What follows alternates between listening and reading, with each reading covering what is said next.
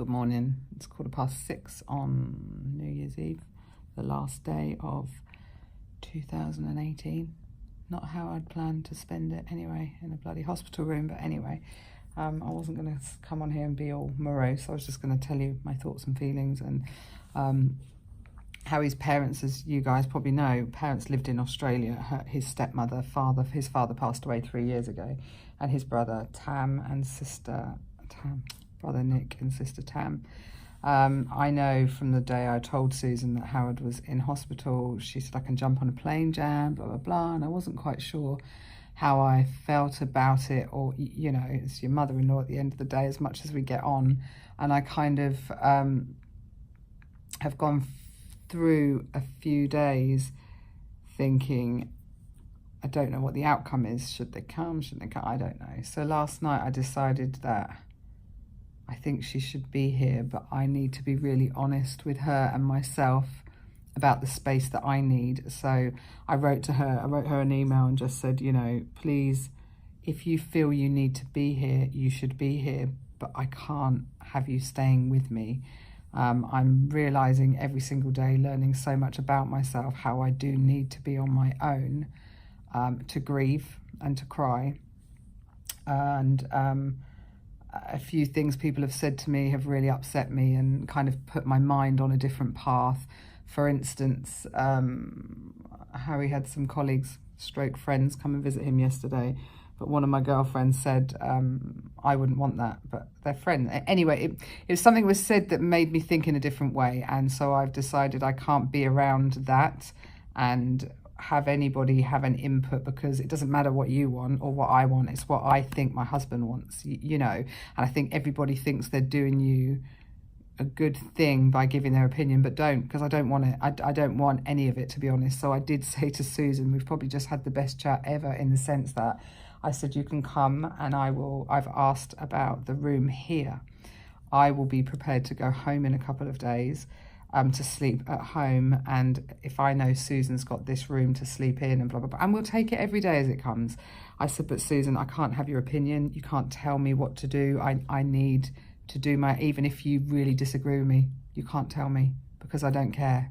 You know, I know you need to be here, and I will be grateful that somebody else will be here, like Chelsea and myself and David, that love him just as much as I do. But I really need to be allowed to deal with this however I choose to. And if I want to scream and shout and swear and be rude at everybody, I fucking well will, because it's my grief. You know, this is my husband, but it is her son. So I feel like I've really cleared the air by saying, come, but don't expect this. And she was great. She just said, Jan, I'm just grateful I can come and help. So, and of course she wants to see him. You know, we don't know what's going to happen in the future. So yeah, that's the plan. So I now need to, I've said I'll get someone to, anyway, I've got things to do today. Now it's kind of got my mind on a little track that I need to get some bits organised. Get her picked up from the airport tomorrow, and then she can be here. So I went to the nurse last night and said, I realised these rooms are quite precious because they're relative rooms. And the lady yesterday next door was actually asked to leave because her husband, no, she'd asked to leave because it's a priority basis. They give these relative rooms to whoever's priority.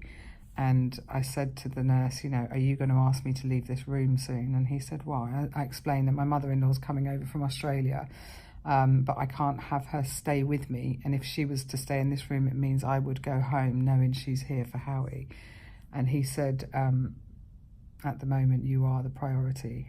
So that room is yours. And on a daily basis, we will play it by ear and see what happens. So I'm quite, you know, Susan's got her flight over here. I'm glad she doesn't have to find accommodation. And I hope that by me being honest with her and telling her how I need her to behave, if you like. And she said, I'll just shut up, Jan. I went, yeah, I think maybe I'll just give her a look and go, you know, because I can't have conflict. I can't have that. And yesterday I felt a few things were being like, this is what I would want, but this isn't you.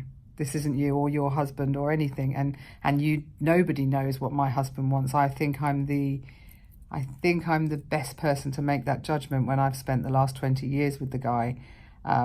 So yeah, that is where I'm at. I need to be stronger and not have people around me all the time that have an opinion. Their opinions don't count at this point in my life. Not at all. The only opinions that count are medically the doctors and yeah, mine, I think. So on a more positive note, that is me, that I am actually looking forward to Susan coming. I think it's going to be really, really hard for her. Her husband died only 3 years ago, Howard's father. They've had a lot of sorrow in their lives, actually, and yeah, they're not the luckiest family in the world, bless them. But yep, so there you go. That's my today's update already.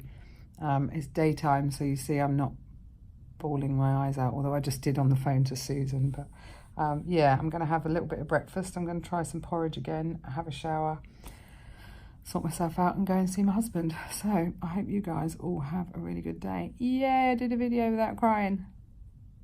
That's a fake smile, get it? See ya.